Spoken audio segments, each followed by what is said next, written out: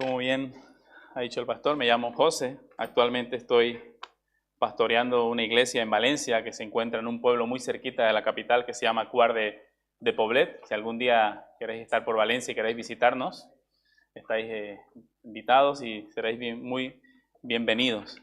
Me encantan los cantos congregacionales, me he sentido muy feliz aquí. Gloria a Dios. Felicidades por esos cantos, realmente es maravilloso escuchar a la iglesia cantar. Eso es lo importante, que la iglesia cante unida.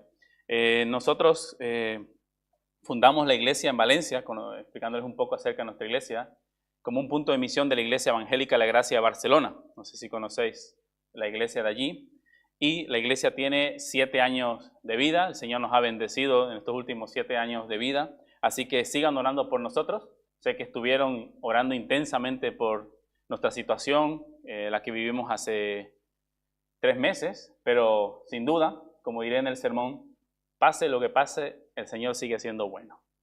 El Señor es bueno. No es que Él haga cosas buenas, hermanos. Él es bueno. Su esencia, su naturaleza es bondad. Así que gracias por esas oraciones. Estamos muy contentos de estar aquí en la iglesia. Yo tengo un cariño muy especial por Alicante, porque vive mi suegra aquí. Y porque mi esposa es de Alicante, de esta ciudad, y siempre que podemos nos escapamos, pero nunca podíamos los fines de semana por el trabajo en la congregación. Así que, hermanos, dicho esto, el día de hoy quiero poder tocar un tema con todos ustedes que he titulado El cristiano y el sufrimiento. En este mundo encontramos 2 clases de personas, los que hemos sufrido y los que van a sufrir. Sufrimos por nuestro pecado, sufrimos por el pecado de otros, o sufrimos sencillamente porque vivimos en un mundo caído. Así que tarde o temprano, y hablo a los más jóvenes, a los niños, tarde o temprano, todos los que estamos aquí vamos a terminar sufriendo.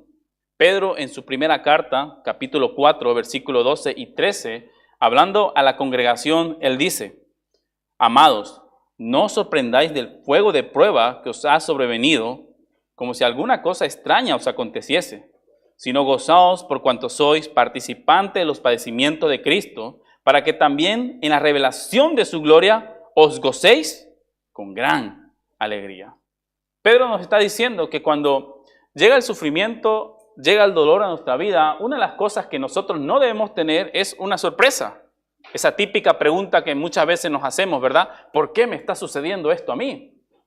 El sufrimiento, dice Pedro, es algo que va a llegar inevitablemente a nuestra vida, como he dicho hace un momento, por nuestro propio pecado, por el pecado de otro o porque vivimos en un mundo roto. Pero no solamente nos dice esto Pedro, sino también en estos 2 versículos, él dice que si nosotros sufrimos en este mundo, también debemos saber ciertamente que vamos a ser partícipe de esa gloria que se va a revelar en nuestro Señor Jesucristo cuando Él vuelva por segunda vez. Pero sin duda, cuando el sufrimiento llega a nuestra vida, hermanos, esto es algo muy difícil, porque todos los que estamos aquí anhelamos un mundo ideal.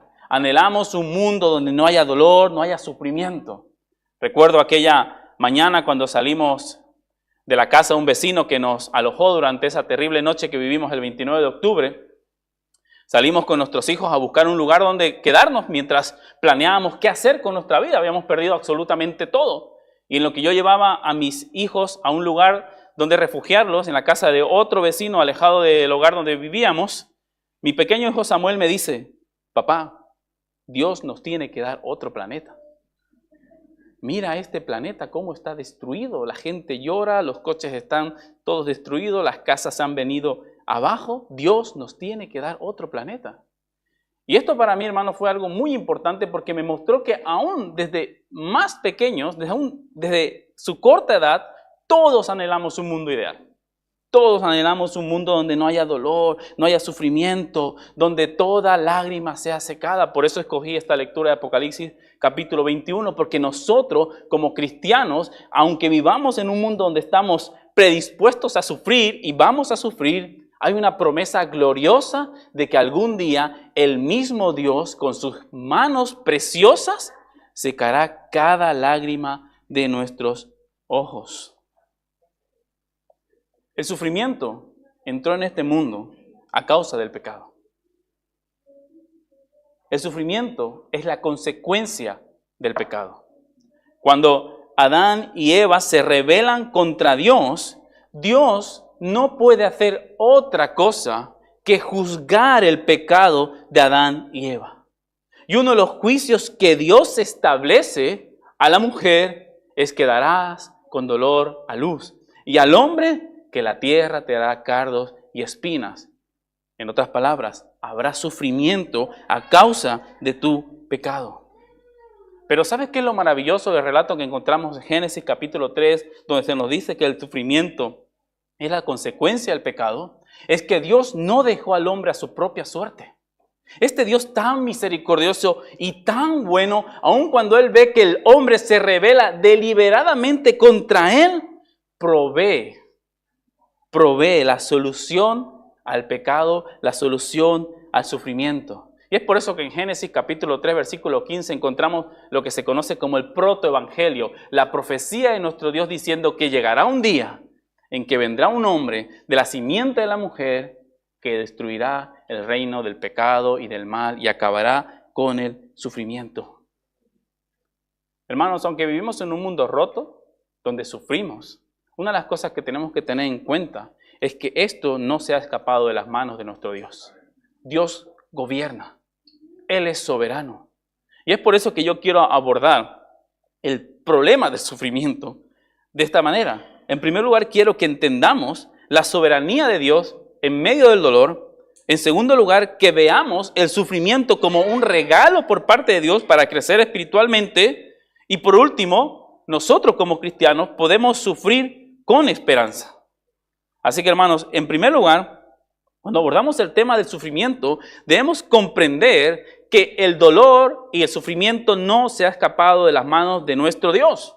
Él es soberano, pero sin duda cuando nosotros consideramos que Dios es soberano en medio del dolor, puede ser que venga a nuestra mente una pregunta. ¿Por qué entonces este Dios soberano y bueno permite el dolor? Y mira, yo quiero predicar este sermón con un corazón pastoral, porque al igual que tú, cuando llega el sufrimiento a mi vida, mi fe tambalea. Si se me permite ser sincero, la lucha que mi esposa y yo tuvimos las 2 siguientes semanas después de haberlo perdido todo era si Dios seguía siendo bueno. ¿Dios seguía siendo bueno en medio del dolor? ¿Dios sigue siendo bueno en medio del sufrimiento? Por eso es algo normal que nosotros nos hagamos esta pregunta. Entonces, ¿por qué un Dios soberano y bueno permite que yo sufra? Hermanos, puede ser que nosotros no tengamos respuestas para todos los sufrimientos y dolores que nos acontece en nuestra vida. Pero la respuesta que nosotros necesitamos escuchar en medio del dolor es que Dios gobierna esas circunstancias que estás viviendo. Dios gobierna esas circunstancias. Como hemos leído hace un momento en 1 Pedro capítulo 4, versículo 12, nosotros no debemos sorprendernos en medio del dolor. Esto no debe llevarnos a desanimarnos ni a desconfiar por parte de Dios. ¿Acaso Cristo no nos dijo, en el mundo vais a encontrar aflicciones? Y como hemos visto en Génesis capítulo 3, esas aflicciones vienen como consecuencia del pecado. Pero Cristo no dice simplemente, en el mundo encontraréis aflicciones, sino que Él dice, confiad. No dice, y te daré respuesta para cada aflicción que tú pases, sino confiad. ¿Por qué? Porque yo he vencido a este mundo, yo he vencido a este sufrimiento. Por tanto, hermanos, la respuesta que nosotros debemos tener a esa pregunta de por qué un Dios soberano y bueno permite el dolor en mi vida, debe ser una respuesta de confianza de que este Dios soberano y bueno controla las circunstancias que me están aconteciendo. Y no quiero decir que con esto deje de doler. Por supuesto, sigue doliendo, sigue habiendo sufrimiento, pero esto nos puede llenar a tener una paz en nuestro corazón que sobrepasa todo entendimiento, aun cuando la vida duela. Hermano, cuando nosotros vemos el sufrimiento, esto debe despertar en nuestros corazones esperanza al saber que ese sufrimiento ya está vencido en Cristo. Ese sufrimiento ya lo llevó Cristo sobre sus hombros. No es Él el varón que fue experimentado en dolores, en quebrantos. No sufrió Él el castigo de nuestra paz. Hermano, Dios es soberano, que aun cuando ellos se rebelaron en el jardín del Edén, estoy hablando de nuestros padres, Adán y Eva, y aun cuando tú en otro tiempo te rebelaste de manera deliberada contra Él, Él proveyó una solución, no solamente para tu pecado, sino también para el dolor. Por eso leímos Apocalipsis capítulo 21, y quiero que me acompañes ahí para que lo vamos a leer. Apocalipsis 21, versículo 1 al 4.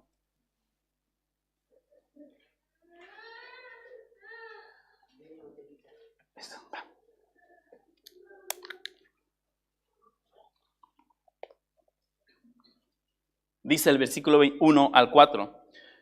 Vi un cielo nuevo y una tierra nueva, porque el primer cielo y la primera tierra pasaron, y el mar ya no existía más. Y yo, Juan, vi la santa ciudad, la nueva Jerusalén, descender del cielo de Dios, dispuesta como una esposa ataviada para su marido.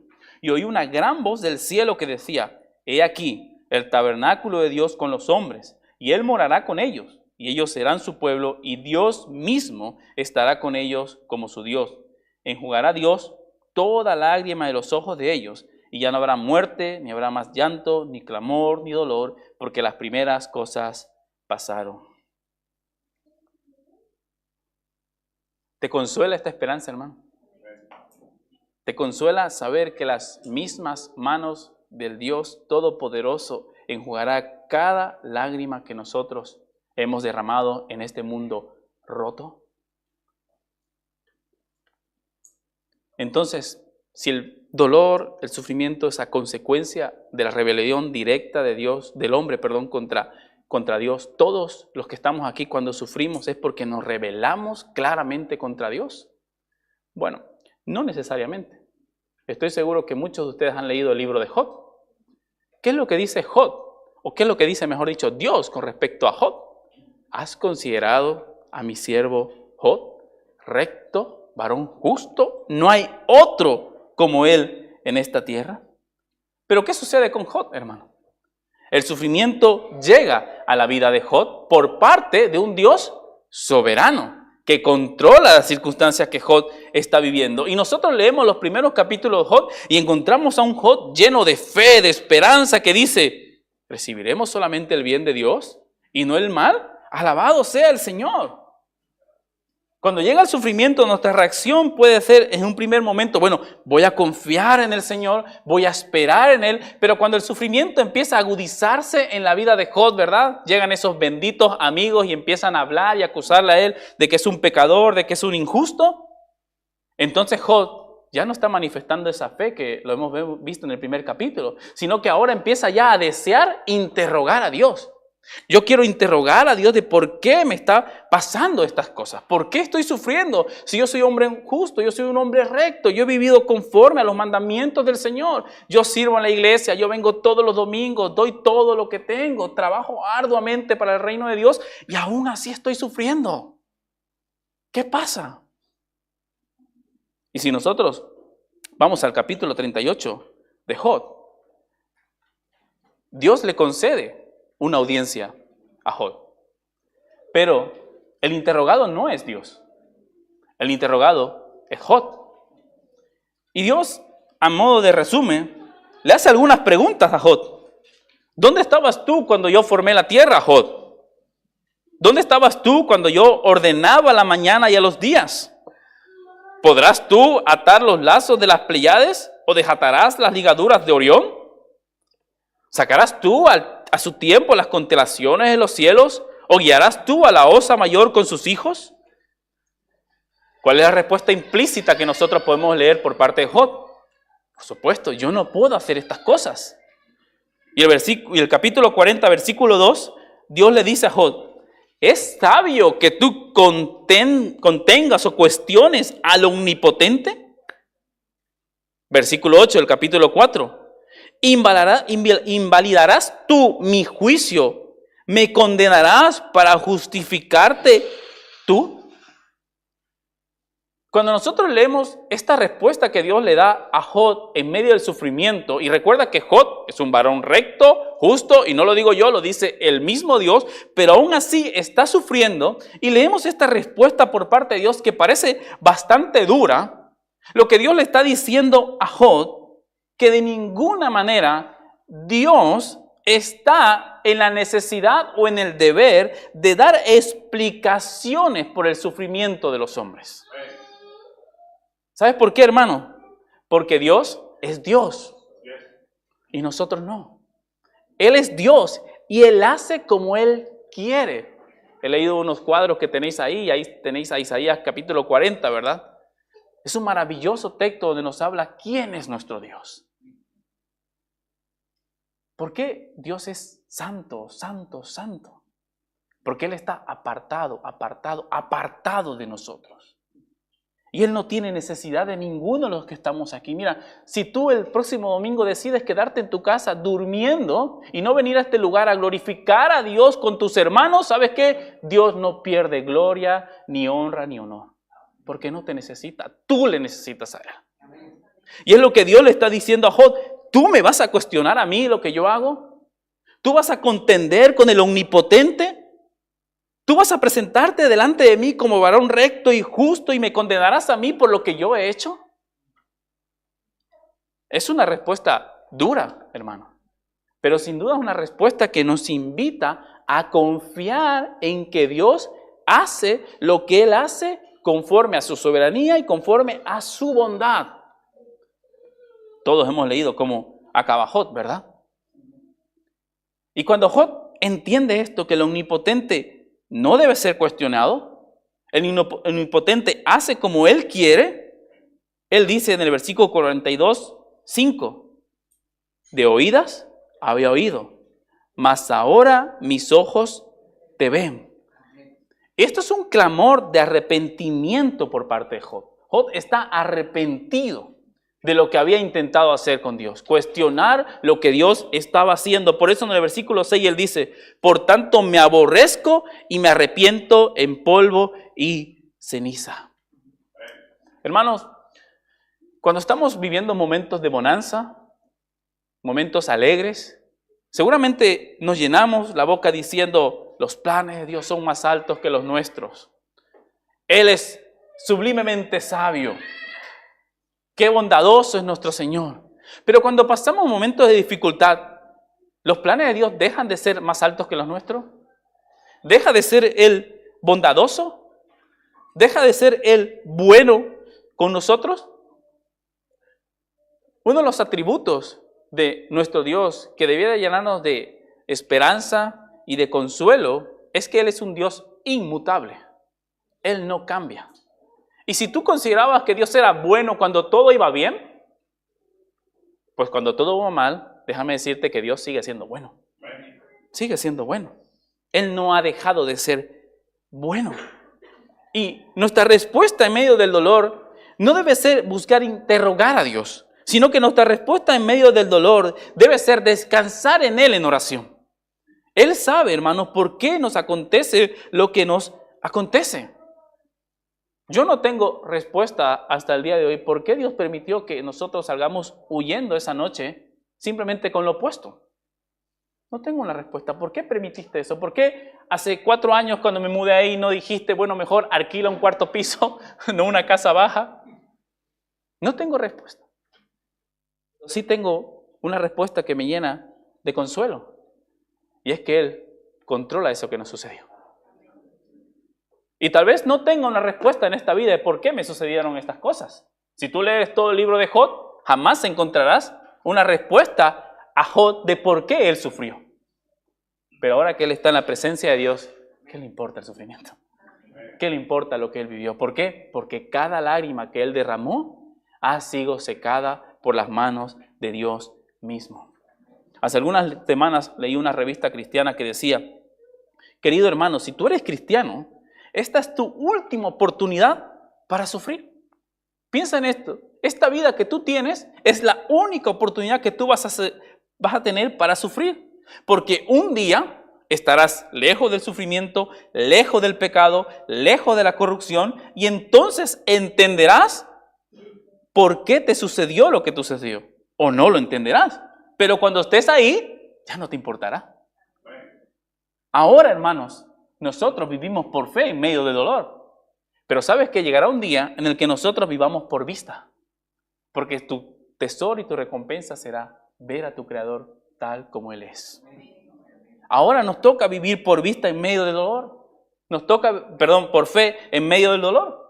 Pero un día viviremos por vista, porque le veremos tal como Él es. Entonces, aprovecha esta última oportunidad que tú tienes para sufrir, glorificando a Dios y confiando que Él es soberano.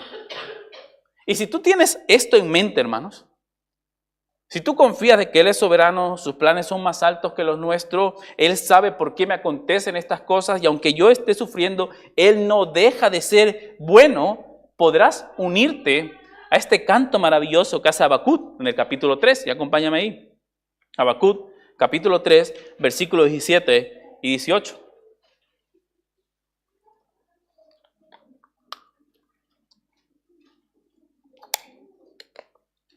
¿Qué es lo que dice Habacuc en medio del dolor, hermanos? En medio del sufrimiento. Habacuc 3, del 17 al 18.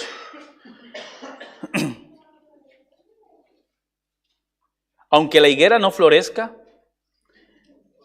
ni en las vides haya frutos, aunque falte el producto del olivo, y los labrados no den mantenimiento, y las ovejas sean quitadas de la majada, y no haya vacas en los corrales, con todo yo me alegraré en Jehová, y me gozaré en el Dios de mi salvación. Escúchame, hermano, muchas veces no vamos a entender la situación que estamos viviendo. Más veces de las que quisiéramos no vamos a entender el porqué de nuestro sufrimiento. Y la invitación el día de hoy es a que tú no busques entender, sino que busques confiar en quien ha permitido eso que tú estás viviendo. Y todo lo que te acontece a ti, te acontece para la gloria de Dios. ¿Has visto al pueblo de Israel? ¿Cómo sufrió en el Éxodo? Todo redundó para la gloria de Dios. ¿Viste a la pobre viuda Noemí volviendo arrepentida a Belén, pobre, sin sus hijos, sin su esposo? Y todo redundó para la gloria de Dios. ¿Viste a Jonás, un pecador empedernido, deliberadamente decide desobedecer a Dios, es tragado por un gran pez y todo ese sufrimiento redundó para la gloria de Dios? ¿Viste al pobre joven José, vendido por sus hermanos? Y todo eso redundó para la gloria de Dios. Pero mira ahora a Cristo. Mira ahora a Cristo, el Hijo de Dios que sufrió por nosotros. El santo, el justo, el único, hermano, el único hombre que pisó esta tierra que en medio del dolor podía decir, ¿por qué me acontece esto? Incluso cuando fue juzgado nuestro Señor, aún Pilato dijo, yo no tengo de qué acusar a este hombre. ¿De qué lo acusáis? Yo no tengo de qué acusar a este hombre, pero nuestro Dios soberano y bueno decide infligir sufrimiento sobre su propio Hijo.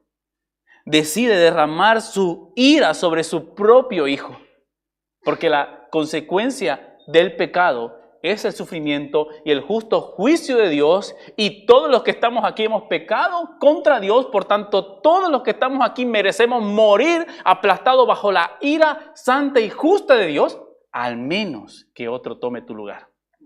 Al menos que otro decida, envíame a mí, yo tomaré el lugar de esta persona. Por eso Isaías 53 dice que el castigo de nuestra paz fue sobre Él.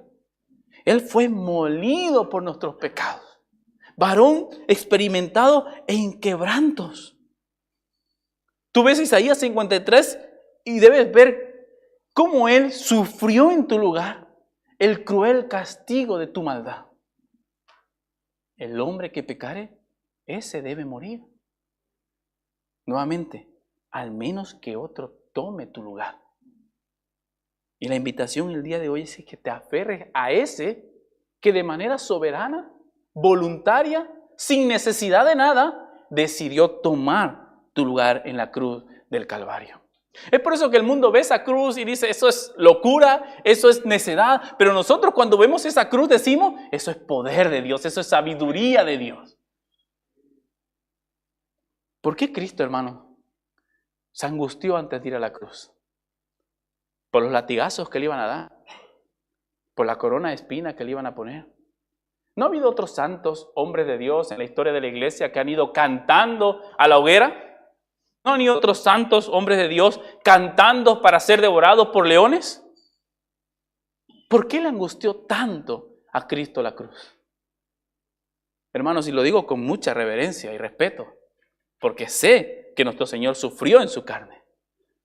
Pero lo que a Él le angustió hasta sudar gotas de sangre fue que la mano del Dios Todopoderoso lo aplastaría. Por eso es que Él dijo, Elí, Elí, lama sabactani. Dios mío, ¿por qué me has desamparado? ¿Y sabes cuál es la respuesta de por qué Dios desamparó a su propio Hijo? Para ampararnos a nosotros. Para ampararnos a nosotros. Cristo trajo la solución al sufrimiento y al pecado. Y la solución no la vamos a tener en esta tierra. En esta tierra nuevamente vamos a sufrir. Pero llegará un día en que se manifestará por segunda vez nuestro Señor Jesucristo y todo llanto, todo dolor será quitado. Es por eso que cuando nosotros pensamos en esto, en la soberanía de Dios, en la bondad de Dios, en su Hijo llevando el castigo de nuestro pecado, podemos unirnos a Pablo cuando él dice en Romanos 8:28, y sabemos que los que aman a Dios, todas las cosas le ayudan a bien. Esto es, a los que conforme a su propósito son llamados. Y nuestra esperanza está que estos que aman a Dios, que son llamados conforme al propósito de Dios, un día serán glorificados juntamente al Hijo de Dios. Así que, hermanos, el sufrimiento que tú tienes en tu vida está orquestado, si se me permite esta expresión, por un Dios soberano. Y si está orquestado por un Dios soberano, entonces tiene un propósito en tu vida. No una explicación, porque posiblemente no tengamos nunca una explicación de por qué nos acontecen las cosas, pero sí tiene un propósito. Y en segundo lugar, el propósito que hay en el sufrimiento es para que tú crezcas espiritualmente, para que tú crezcas en fe. Y tú sabes que sin fe es imposible agradar a Dios. En determinados momentos vamos a saber por qué hemos sufrido. Muchas veces esto viene por parte de la disciplina de Dios. Nosotros como cristianos pecamos deliberadamente contra Él. Él nos disciplina, pero en otras ocasiones no vamos a saber por qué sufrimos. Pero debemos confiar, hermanos, que ese sufrimiento ha venido con un propósito, hacernos crecer espiritualmente. Tú sabes que la salvación es un regalo, ¿verdad? Filipenses capítulo 1, versículo 29, Pablo nos dice que Él nos ha concedido el regalo de creer en Cristo. Pero no se acaba ahí el versículo. La segunda parte dice, pero a su vez nos ha concedido, o sea, el regalo de sufrir por Cristo. Qué maravilloso, hermanos, es recibir el regalo de la fe. Pero será también maravilloso recibir el regalo de padecer juntamente con Él.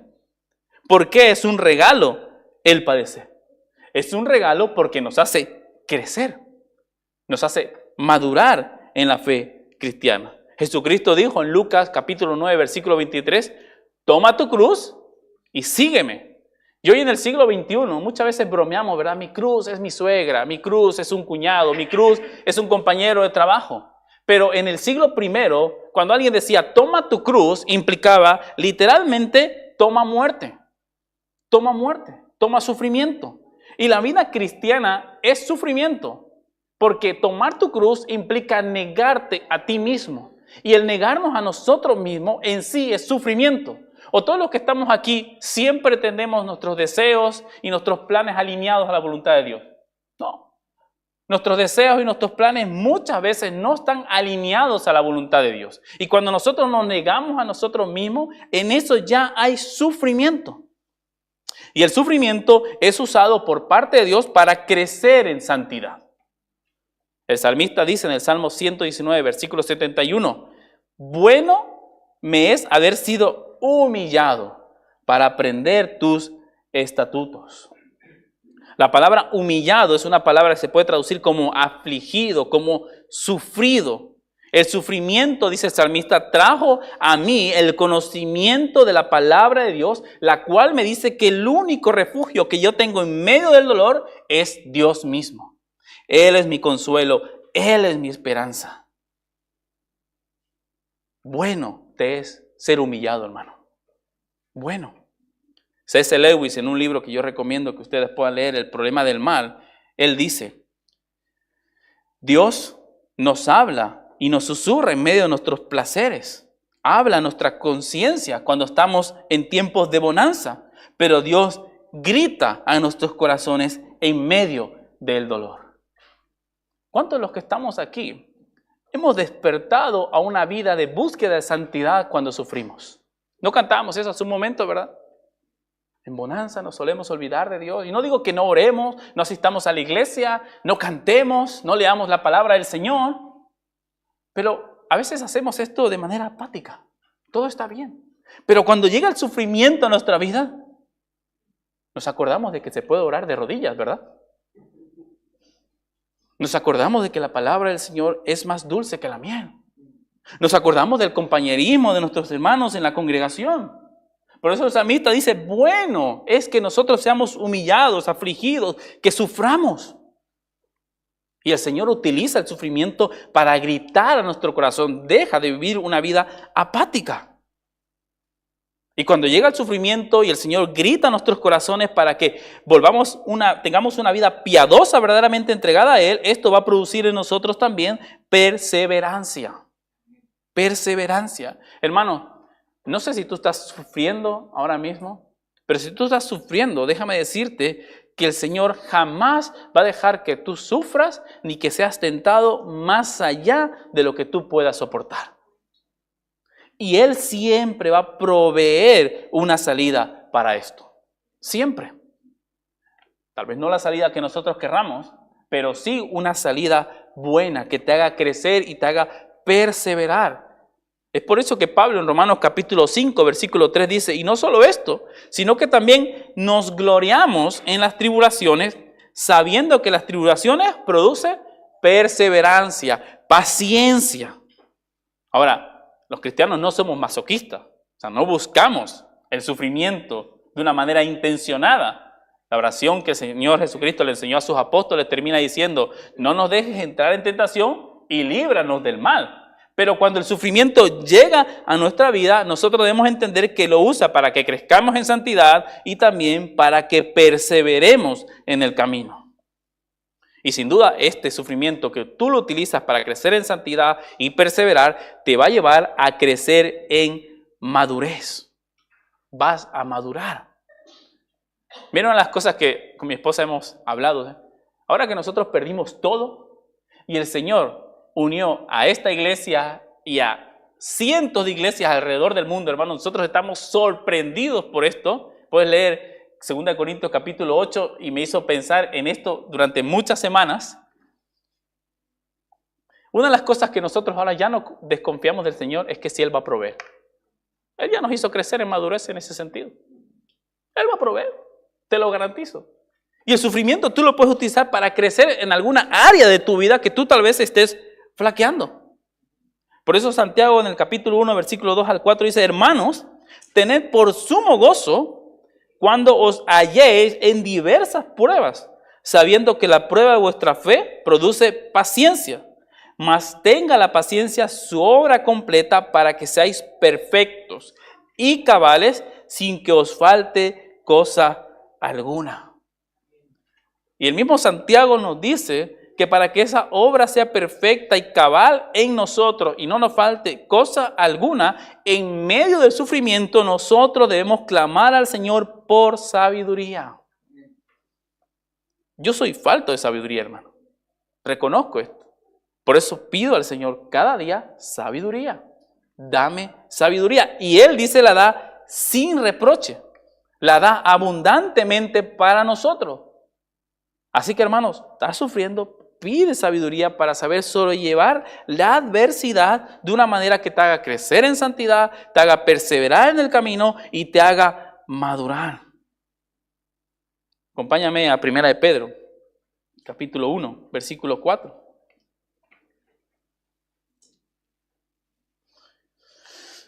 Pedro nos recuerda que nosotros tenemos un Dios fiel, un Dios que cumple sus promesas. Y un cristiano en santidad, un cristiano que persevera, un cristiano que crece en madurez, confía en esto. Primera de Pedro, capítulo 1, versículo 4 en adelante. ¿Qué dice Pedro? Para una herencia incorruptible, incontaminada e inaccesible, reservada en los cielos para vosotros, que sois guardados por el poder de Dios mediante la fe, para alcanzar la salvación que está preparada para ser manifestada en el tiempo postrero, en el cual vosotros os alegráis, aunque ahora por un poco de tiempo, si es necesario, tengáis que ser afligidos en diversas pruebas, para que sometida a prueba vuestra fe, mucho más preciosa que el oro, el cual, aunque perecedero, se prueba con fuego, sea hallada en alabanza, gloria y honra cuando se manifieste nuestro Señor Jesucristo.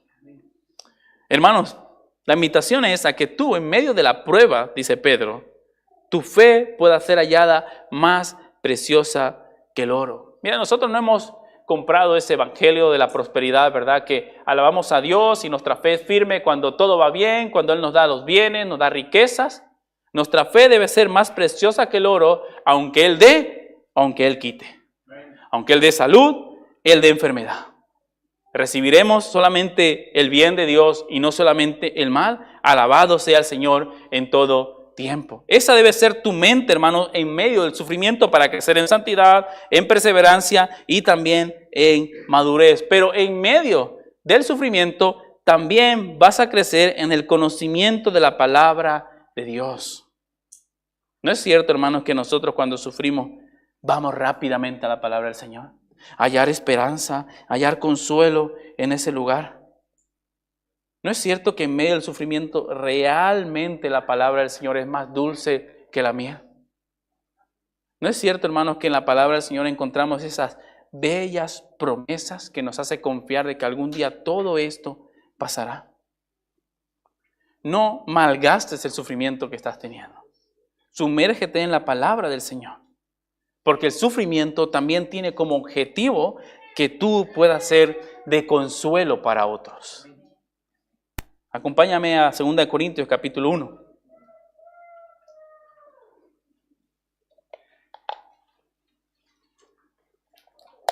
Capítulo 1, versículo 3 al 4. Dice Pablo: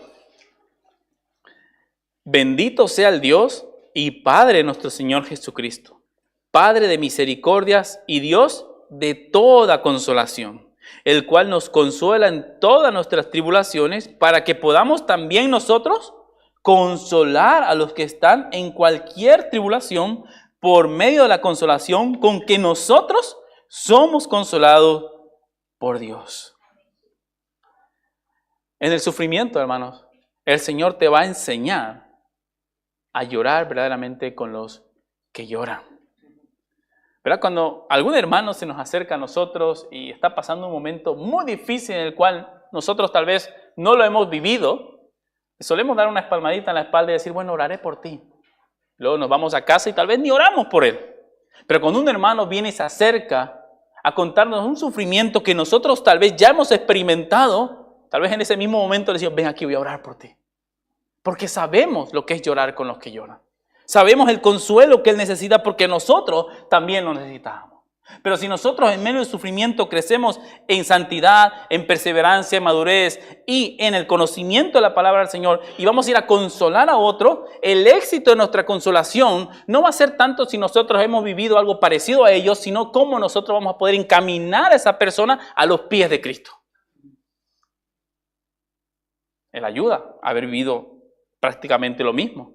Pero tu éxito va a ser en llevar a esa persona en medio del sufrimiento a los pies de Cristo. Hermano, ¿tú podrías llevar a alguien que sufre a los pies de Cristo? ¿Tú podrías, cuando un hermano se te acerca a ti, no solamente orar con él, sino ir a leer la palabra junto a él y llevarlo a los pies de Cristo? Que él pueda ver que en las llagas y en las heridas de su Salvador todo sufrimiento ha sido vencido. Que él pueda ver que en esa cruz del Calvario nos promete que algún día todo esto pasará. El sufrimiento puede ser utilizado para que nosotros aprendamos ciertísimamente a llorar con los que lloran. Pero el sufrimiento también nos va a ayudar, hermanos, a crecer en una área que realmente nace cada día en nuestro corazón y en la cual todos nosotros luchamos, que es el sentimiento de la autosuficiencia, el orgullo. ¿Qué dijo Satanás a Eva? Serás como Dios. Ese orgullo del ser humano natural que viene y que heredamos de nuestros padres, ¿verdad? La autosuficiencia, el orgullo, la prepotencia. Cuando tú predicas el evangelio a un incrédulo, lo primero que ellos suelen decir, yo no necesito a nadie. Yo estoy bien. Bien con tus pecados, sí, pero estás mal delante del Señor. El sufrimiento trae a nosotros que nos desprendamos de ese sentimiento de la autosuficiencia. Cuando llega una enfermedad, hermano, y tu cuenta bancaria abultada, no puede hacer nada para solucionar esa enfermedad. Cuando llega una rebeldía en el corazón de tu hijo, y esa juventud y esa valentía que tú tienes como padre, no puede hacer nada con esa rebeldía de tu hijo. El sufrimiento, hermanos, nos lleva de rodillas delante del Señor para clamar y decirle, yo no puedo hacer nada. Yo no puedo hacer absolutamente nada. Mira, hermanos, el mundo nos pregona de que somos independientes. Independientes, pero no, hermano. La religión cristiana predica que somos dependientes. Dependemos de Dios. Porque si no es por Él, hace mucho tiempo todos los que estamos aquí hubiésemos caído de su gracia. Él nos sostiene, Él nos preserva en el camino. Y el sufrimiento nos muestra claramente esto. Dependes de Dios. No puedes hacer absolutamente nada en estas circunstancias. Más que echar tu ansiedad delante de Dios. Primera de Pedro, capítulo 1, versículo 7 nos dice, echando toda vuestra ansiedad sobre Él, porque Él tiene cuidado de vosotros. Yo tengo 3 hijos pequeños y yo siento una ternura por ellos, me compadezco por ellos, no importa si a las 4 de la mañana me levantan porque quieren agua, me compadezco de ellos. El Señor dice que Él es el buen padre y que se compadece de sus hijos. Si hiciéramos un concurso aquí, ¿quién es el mejor padre? Y tal vez gana el pastor José Bernabeo, ¿verdad? O gana otro hermano. Ni aún así se podría llegar ni a los talones del buen padre que está en los cielos. Y Él dice que se compadece de nosotros. Por eso Pedro dice, no tengáis ansiedad, hermano. No, Él ya supone que vamos a tener ansiedades. Y entonces Él dice, esa ansiedad, échasela sobre tu buen padre. ¿Por qué? Porque Él cuida de ti. Y cuando tú vas a clamar al Señor y echas tu ansiedad sobre Él, estás manifestando de que eres dependiente de Él. Tú no puedes hacer nada. No eres autosuficiente, no eres independiente, le necesitas. Empezaba el sermón diciendo que Dios no nos necesita a nosotros. Nosotros le necesitamos a Él. Así que, hermanos, el sufrimiento nos puede llevar a crecer en santidad, a perseverar, a crecer en madurez, a llorar con los que lloran, a conocer más la palabra del Señor, a librarnos de la autosuficiencia, pero también el sufrimiento glorifica a Dios. Glorifica a Dios. Acompáñame a Hebreos, capítulo 11, versículo 24 a 26.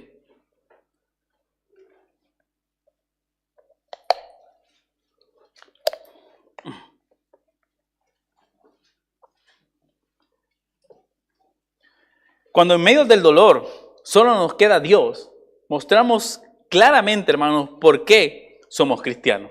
Y no somos cristianos porque todo vaya bien, sino por quién es nuestro Salvador. Y nuestro Salvador es nuestro mayor tesoro. Mira lo que dice el escritor de Hebreos, haciendo una referencia a Moisés. Por la fe Moisés, hecho ya grande, rehusó llamarse hijo de la hija de Faraón, escogiendo antes ser maltratado, o sea, sufrir con el pueblo de Dios que gozar de los deleites temporales del pecado, teniendo por mayores riquezas el vituperio, el sufrimiento de Cristo que los tesoros de los egipcios, porque tenía puesta la mirada en el galardón. ¿Jesús fue contemporáneo a Moisés? No.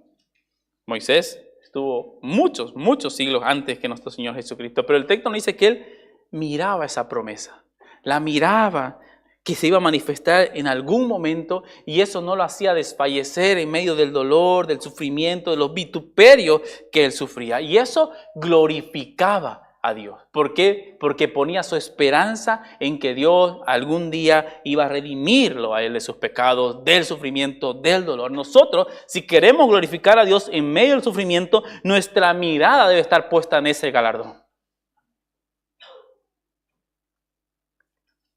Moisés anhelaba y deseaba la manifestación de aquel que le cortaría la cabeza a la serpiente. Y no lo vio.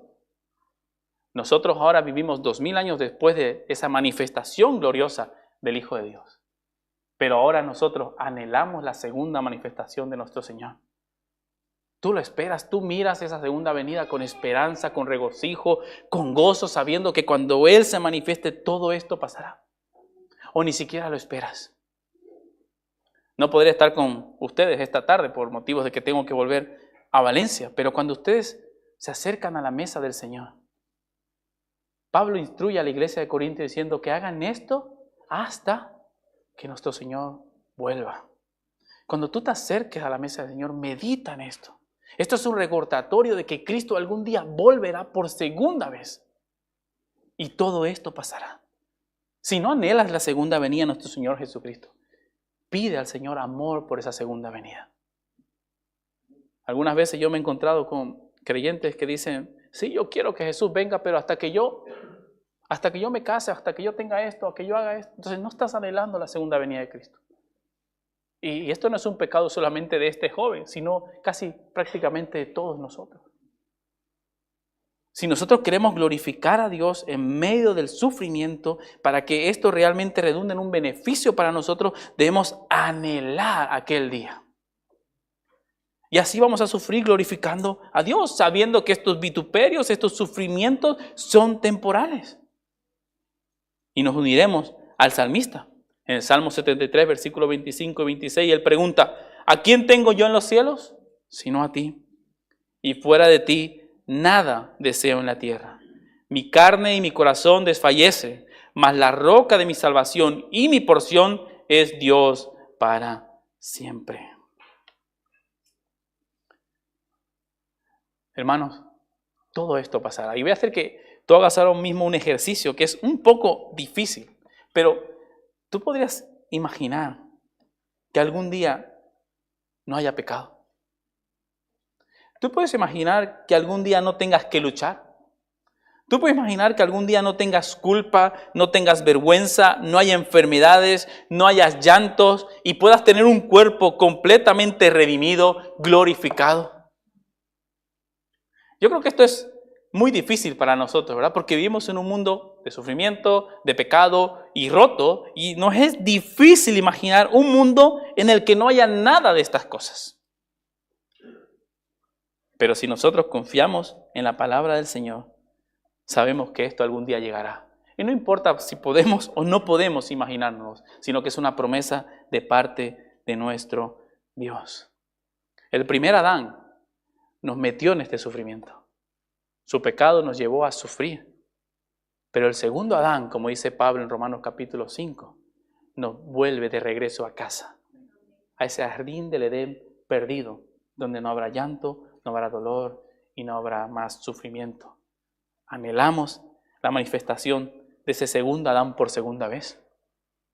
Hermano, usa el sufrimiento, voy a resumir estos puntos, para crecer en santidad, para perseverar, para madurar, para profundizar en la palabra del Señor, para poder ser consuelo a otros, para librarte de la autosuficiencia, para glorificar a Dios, para esperar la manifestación por segunda vez de nuestro Señor Jesucristo. Y si haces esto, no vas a sufrir como el mundo sufre, sino que vas a sufrir con esperanza. Con esperanza. ¿Y por qué sufres con esperanza, hermano? Porque sabes que todo esto pasará. Sabes que todo esto pasará. No sé cuántos años tiene el hermano o la hermana más adulta en este lugar, pero en nuestra iglesia el hermano más adulto tiene 74 años. Y cuando estábamos haciendo una escuela dominical, yo le pregunté, ¿cómo han pasado tus años? Y él dijo, como un abrir y cerrar de ojos. Santiago nos dice, ¿verdad esto? Somos vapor. Y no está refiriéndose a ese vapor que vemos por la calle, sino al vapor que sale de nuestras bocas cuando salimos en invierno, que dura mucho menos que el vapor que vemos por las calles cuando volvemos a Valencia por Alcoy o venimos de allí hacia Alicante. No duramos nada, hermano. Y tú puedes sufrir con esperanza sabiendo que todo esto pasará. Y pasará más rápido de lo que nosotros pensamos. Por eso Pablo dice en Filipenses capítulo 3, versículo 8, todas las cosas las tengo como pérdida, como basura, con tal de ganar a Cristo. Todo es una pérdida como basura con tal de ganar de a Cristo, aferrarme a Cristo, esperar a Cristo. Pero es cierto, hermanos, que nos es difícil sufrir con esperanza. Y nuevamente, yo quise preparar, o mi intención fue preparar este sermón con un corazón pastoral. Es difícil sufrir con esperanza. Por eso yo te animo a que tú te sumerjas en la oración. Muchas veces nos es más fácil leer las Escrituras, devorar la Biblia, verán un plan de lectura de una semana de la Biblia, y algunos la acaban en una semana. Pero cuán difícil es la oración.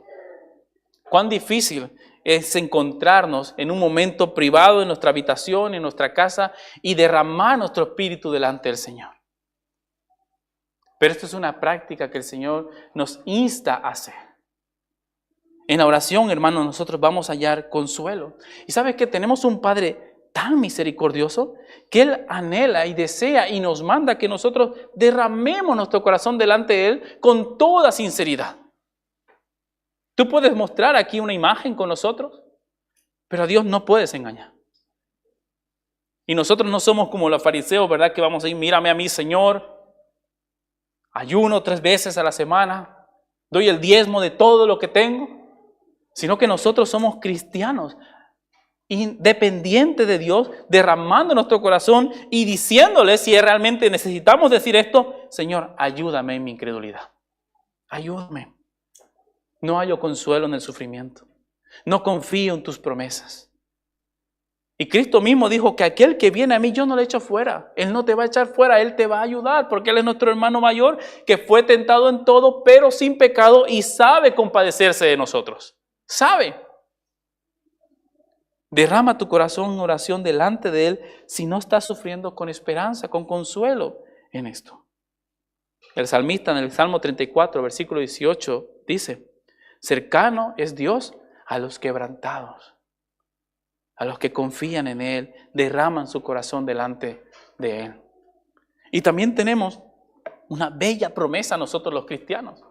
Si yo te preguntase cuál es el otro nombre que se le da en el Nuevo Testamento al Espíritu Santo, Consolador, Consolador. Nosotros tenemos al Espíritu de Dios viviendo dentro de nosotros porque somos templo de Dios. Y el Consolador, hermanos, consuela nuestros corazones en cada momento de aflicción. Pídele al Espíritu de Dios que te consuele. ¿Y cómo te va a consolar Él? Recordándote las bellas promesas de salvación y de esperanza que está segura y cierta para los cristianos. Tenemos también una bella promesa en Mateo 11, 28. Venid a mí, todos los que están cargados y cansados. El sufrimiento nos carga, el sufrimiento nos cansa. Como dije en su momento, no somos masoquistas, no queremos sufrir. Yo no quiero sufrir, no anhelo el sufrimiento en mi vida.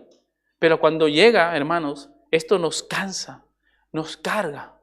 Y Cristo dice, venid a mí, todos los que estáis cargados y cansados, que yo os daré descanso, yo os haré descansar.